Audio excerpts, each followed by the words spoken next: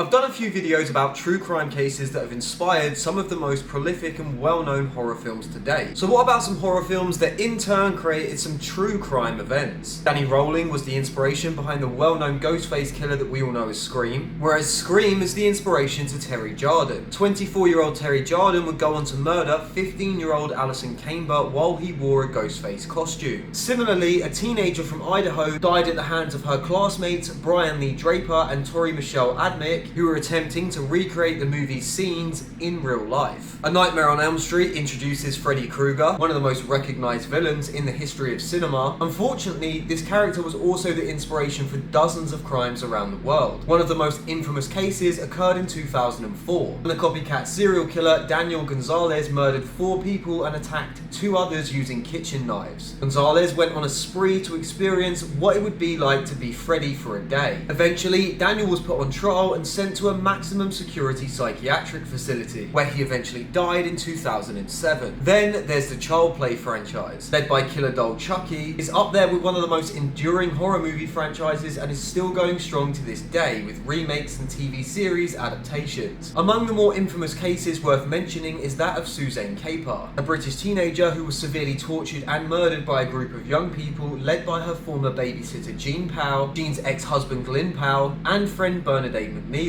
As they carried out their crime, the murderers chanted lines such as "Chucky's coming to play," as well as other quotes from the movie. Next on the list we got the Saw franchise. Like others on this list, has inspired incredibly young teenagers to commit the most malicious of crimes. Fortunately, things did not turn out exactly as they wanted, but one of these incidents did almost claim an individual's life. The first event being in 2007, when 2 13-year-old girls decided to prank call a woman and tell her that one of her friends was locked in the house, and that she had 10 minutes to find her before she would be murdered. The victim of this prank, Beverly Dixon, panicked so badly that she experienced a stroke with lifelong consequences. 2 years later, 2 teenagers from Salt Lake City attempted to plot a scheme to torture 3 victims. But fortunately, the mother of one of these individuals actually discovered the plans and was able to report them to police before anything consequential happened. And then to conclude this list is the 1994 film Natural Born Killers, in which Woody Harrelson and Juliette Lewis play a young killer couple who become celebrities idolized for their crimes. Unfortunately, the premise of the movie prompted a few copycat criminal couples, and the most infamous being Sarah Edmondson and Benjamin Durras, who went on a multi-state killing spree that resulted in several deaths and many people wounded. Among them was Patsy Byers, who was permanently paralyzed after being shot in the neck. Due to this, Byers not only sued her 2 attackers, but also Oliver Stone, the film's director, and the film's production company for encouraging violence. However, just a few years later, the lawsuits against Stone and the company were dismissed. Anyway, if you enjoyed those and you'd like more content like it, drop a like and comment a part 2 down below, and I'll be sure to get down to the list of true crimes that inspired horror films or horror films that inspired true crime events. But anyway, that's it from me. Hope you enjoyed and have a nice day.